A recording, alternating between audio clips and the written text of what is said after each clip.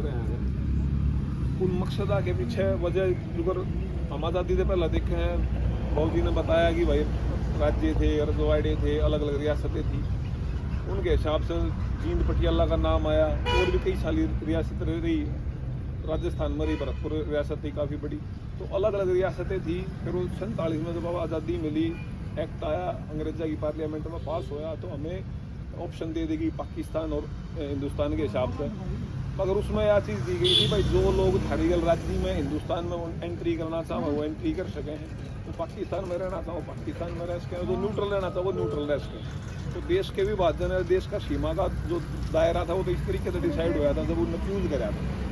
फिर बीच में आगे राज्य के बारे में, तो राज्य तो हम जब पैदा हुए पढ़ने लग गए तो हमने बेरा लग गया 1966 में 1 नवंबर, इस तरह कल का 1 नवंबर हरियाणा का जन्म दिवस मनाया जाता है, पूरे धूमधाम से सारा हरियाणा मना हुआ है।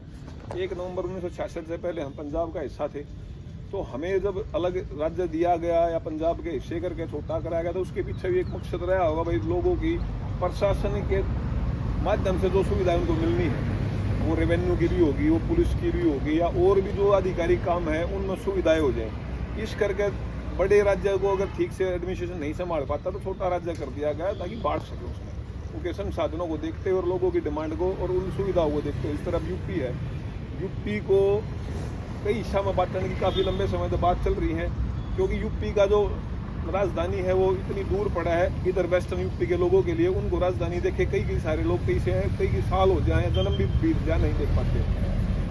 वो हमारा पंजाब और हरियाणा पड़ गया और कई सारे राज्य इस तरीके से बढ़ते चले गए। फिर बात आ गई जिले की।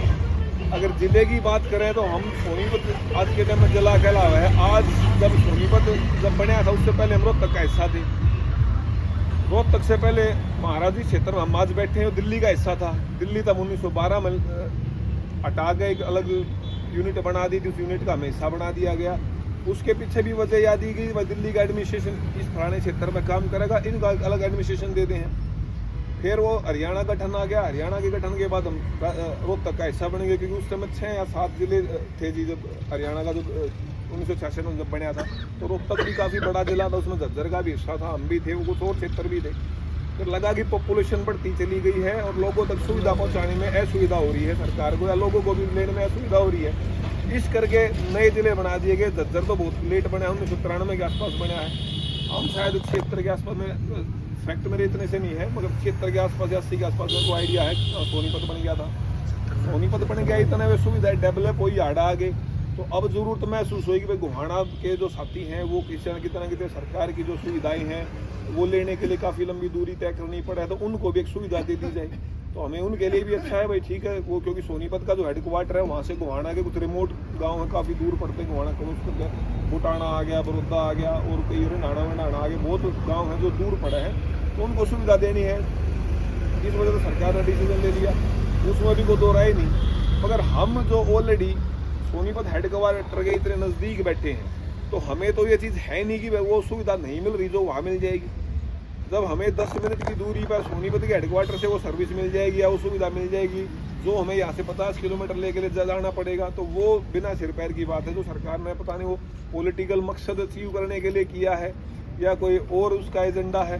क्योंकि जो हमारी संघर्ष कमेटी है, काफ़ी लंबी चौड़ी संघर्ष कमेटी, घने सारे मेंबर हैं, इन्होंने रिप्रेजेंटेशन भी दी है, एसडीएम साहब को भी दी है, डीसी साहब को भी दी है, मतलब मुख्यमंत्री साहब को भी देने गए थे, पवार साहब जो जिला गठन कमेटी के जो चेयरमैन है उनको भी देने गए थे। इन सब के बावजूद वो इस पर रिएक्ट तक नहीं कर रहे हैं। उन्होंने ये आश्वासन तक देने में या ऑफिशियल कोई स्टेटमेंट देने में या नुआ चीज़ लिखने में ये लेटर आए हैं, ग्राम सभा के पंचायत के प्रोविजन आए हैं, इन्हें देख के कंसिडर कर लें। तो मुझे लगता है कि इन्होंने जो सुविधा के नाम पर हमारे एक नया जिला देने की कोशिश करी है और उस जिले में सरगोदा क्षेत्र को मिलाने की जो बातें करी है, ये मेरा सर पैर की है। ठीक है, जिला बनाना या राज्य बनाना सरकार की अपनी 1000 डाल के सोर्स है, वो अपने शब्द बनाओ, मगर हम लोगों को उस सुविधा का हिस्सा ना बनाया जाए जो हमने मांगा नहीं, हमारी इच्छा नहीं, हमारी चाहत नहीं, हमारी सुविधा नहीं। ना तो नियम के अनुरूप ठीक है, ना एथिकल रूप से ठीक है, ना किसी और भी लिहाज से ठीक है। आज के टाइम में गोहाना की दूरी मात्र इतनी ज़्यादा है कि हम जब गोहाना जाते हैं तो हमें कई बार सोचना पड़ता है कि आज की बजाय किसी छुट्टी वाले दिन चला जाए तो आसान रहेगा, या कोई ऑफिस का कोई काम है तो क्यों ना दोपहर के बाद चला जाए तो ठीक रहेगा। मगर हर छोटे या बड़े काम के लिए अगर हमें गोहाना जाना पड़ गया तो वो असुविधा हो जाएगी हमारे लिए, मगर गोहाना के साथियों के लिए सच्चाई उनको सुविधा हो जाएगी। उनकी सुविधा से हमें कोई समस्या नहीं, जिला बना दे मगर वो पैरामीटर ले ले कि वो जिस सेंटर में हेडक्वार्टर बना रहे हैं, गोहाना बने तो गोहाना सिटी बनेगा हेडक्वार्टर, तो दूसरा तो बनता नहीं, क्योंकि वहाँ पे ऑलरेडी एसडीएम लेवल की कोर्ट भी है, एसडीएम लेवल का कार्यालय भी है। वहाँ से सेंट्रलाइज करके परिधि गिन ले, उस परिधि में वहाँ के आसपास लगते जितने भी क्षेत्र हैं उन क्षेत्र के लोगों को उसमें शामिल कर ले, उन क्षेत्र के लोगों से पूछ सकती है। जिस तरह रायशुमारी है, रायशुमारी मैंने बड़ा लेट पढ़ा था, सुना था, रायशुमारी का मतलब सा इतना सा है वो लोगों का ओपिनियन जानना है, लोगों की सुविधा जाननी है।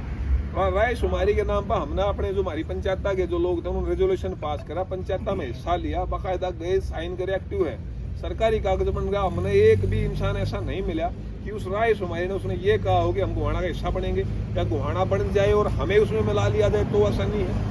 गोहाना बन जाए बहुत अच्छी बात है, वो साथी उसका हिस्सा बने रहे, मगर हमारे जो खरगोदा शहर और खरगोदा शहर के आसपास के जो गाँव हैं इन लोगों को यह सुविधा बहुत ज़्यादा हो जानी है। और सरकार इसको पता ना किस ईगो का हिस्सा बना रही है या किसी